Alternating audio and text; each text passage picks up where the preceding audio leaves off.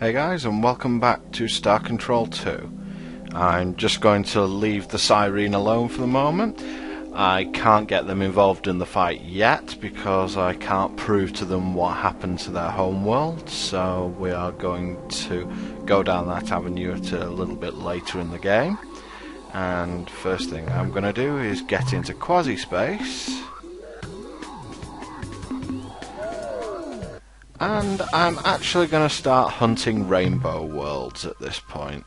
It seems like the most logical thing for us to be doing. It will allow us to get all the information necessary off the Melnorme, and it will also mean that we can pretty much afford any amount of fuel at any time we want.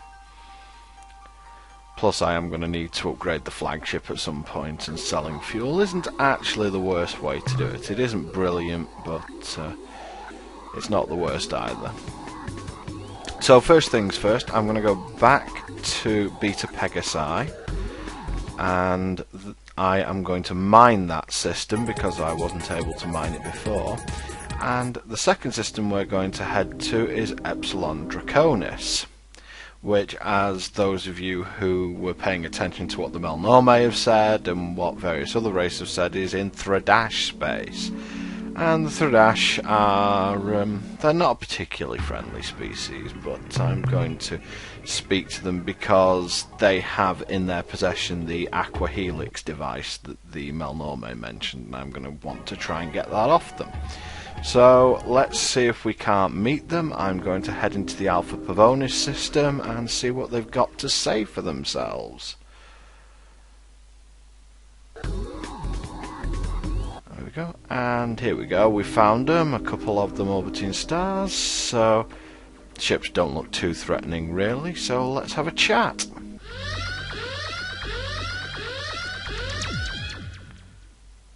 With all two of them. So, what's this? An unknown alien species. How wonderful. Someone new to fight.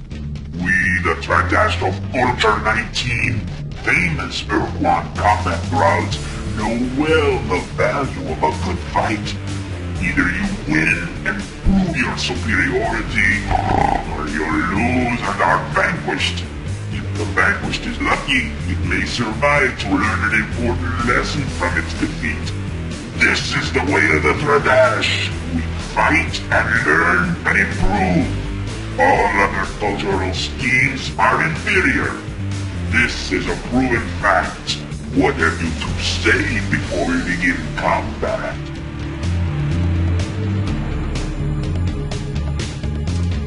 Hostility? Har, har, har. We are not hostile. Hostility is unwarranted aggression. If you want to know about hostility, let us tell you about Culture 12. Culture 12 was so hostile that while they were on their way to their first great battle, Jugka, the battle master, stepped on Nusko, the tactician's foot, causing him great pain. The annoyed Nusko turned on his battlemaster Jugka and sliced his body in half. This missed Jugka's troops, who took it upon themselves to murder Nusko and his elite troops. The real trouble started when now dead Jugka's master sergeants, Moo and Putt, started arguing about how to kill Nusko. Simple crucifixion or the slower let-to-do technique. The argument was resolved when Mood and his 500 troops were slaughtered by Putt and his gang. Well, this probably all would have gone down in history as a great day of learning for Culture 12, were it not for the surprise arrival of Culture 12's original enemy, the Yajog and his cronies, who wiped out Culture 12's army, thus beginning the long and glorious Culture 13. Now that's hostility. We, on the other hand, merely want to kill you. Talk, bah, talk is for sissies. Weaklings like those of Culture 14. For 10,000 years, we Thradash have fought and died, learned and improved. Then, along came Culture 14, which claimed that all this perfect method was wrong. That each time we violently transformed to a new culture, we inevitably blasted ourselves back at least 500 years in development. Some people just cannot accept the cost of progress. Indeed, the foolishness of Culture 14's peaceful whining was revealed when they were conquered by Culture 15 after only a 10-year reign. And did the change to Culture 15 set us back 500 years? No, 2, maybe 300 years tops. The short span of Culture 14's reign is objective proof that as a way of life, peace is a failure. What? More talk? It amazes me that you ever got out of the orbit of your home planet. Yak, yak, yak. Yammer, yammer, yammer. Very well, we will talk for a moment. Our Culture 19 is the most formidable ever to appear in Kladash space. Admittedly, we said something similar about Culture 18, but it is true. With our rather swift defeat by the Ur-Quan and subsequent enslavement, we realized that it was time for a change. A new culture had to be established. So of course, we began a thermonuclear exchange to decide who would lead this new culture. We were all quite disappointed when the Ur-Quan in orbit above our homeworld launched waves of fighters who intercepted all our missiles. The Ur-Quan explained that slaves were not permitted to engage in such destructive conflicts. So my people, being superior, introduced a super lethal poison into our opponent's water and air, thus ending the conflict.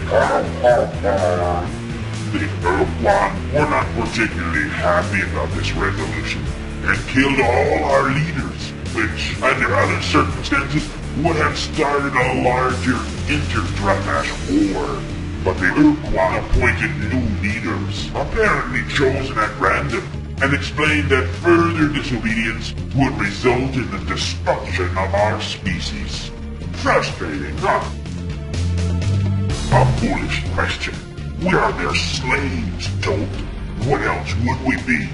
When the Ur-Quan first appeared in our space, over 50 years ago, coming from the direction of the Ophiuchi stars, we attacked them with gusto, zipping in to fire our Mark 6 blasters, and then theoretically zipping back out to prepare for another attack run. Unfortunately, before we could zip out, our ship were either blasted to smithereens by the Ur-Quan's fusion bolts or were picked apart by the swarms of Ur-Quan fighter vessels. You may wonder why we didn't use our afterburners to escape. The answer is simple. 50 years ago, our ship had not yet been modified for this enhancement. It was not until 2143 that maintenance engineer Rion invented the afterburner effect. When he accidentally stuck his cigar in the aft fuel valve of the ship he was working on, waboom! The ship took off like a fart out of hell, and Rion was fried to a crisp. Yes, we remember Rion with much fondness. Of course, we have refined the device, and now that our entire fleet has been fitted with the Rion afterburners, perhaps now the Ur-Quan will let us fight at their side as true battle thralls. We wanted to. Oh, how we wanted to! After all, we were the first battle thralls the Ur-Quan enslaved in this part of space. We thought we had priority, but the Ur-Quan thought we were too weak to hold our own in the upcoming battles, so they left us here to guard the flank. If only we had been stronger and less troublesome. Another reason the Ur-Quan wouldn't take us with them was because we kept picking fights with the new battle slaves, like the Umbablabis or those religious idiots, the Ilrad. Where did they go, you ask? This is a secret, of course. We can't tell you. If we told you that they were fighting a secret war against a mysterious invader, you might find some way to use that information against our masters. So forget it. No secrets. What foolish stupidity! Why, that's as dumb an idea as... What did you say? Attack the Ur-Quan's enemy? Help them win their war? Why, that's an excellent idea. I'm glad I thought of it. We shall marshal our forces and leave at once. Stupid, human, pitiful, weakling dog. You have been helpful. So as a reward, you may leave alive. And when we return from our glorious campaign, we may even honor you with a retelling of the many great battles we shall certainly win. Until then, get lost! So yeah, pretty stupid, shallow species who are easy to fool. But you know what? I don't think they've said enough yet. Let's fight them. The Ur-Quan will be mightily impressed by our combat prowess when we blast their enemies from space. We build up a charging fury. Stay out of our path. Brutal, you don't know the meaning of brutal until you've heard the story of Culture 3. How brutal was Culture 3, you ask? Culture 3 was so brutal that they maimed, tortured, enslaved, and in general brutalized themselves. You see, Culture 2 had made a virtue of stoic resistance to pain, stubborn fortitude, that sort of thing. So when Culture 3 came around, they had a problem. How were they going to impress everyone as being even tougher? Their answer? They would arrive at a battle, stand on a tall hill where everyone could see them, and chop off one of their own limbs. Then they'd wave it around, screaming and shaking it at their enemies. It worked. It scared the hell out of their opponents. They ran like crazy. You could tell who was a real war hero back then by how few arms or legs he had left. War parades were quite different too. Instead of sturdy old warriors walking slowly past their reviewing stands, they tended to roll, and at a good clip too. To you, an inferior alien, this may seem bluntly stupid, the product of a sick, primitive society. You couldn't be more right.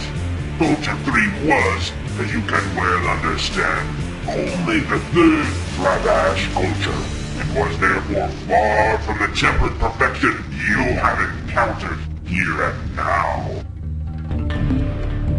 What?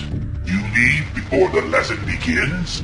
We have so much to teach you.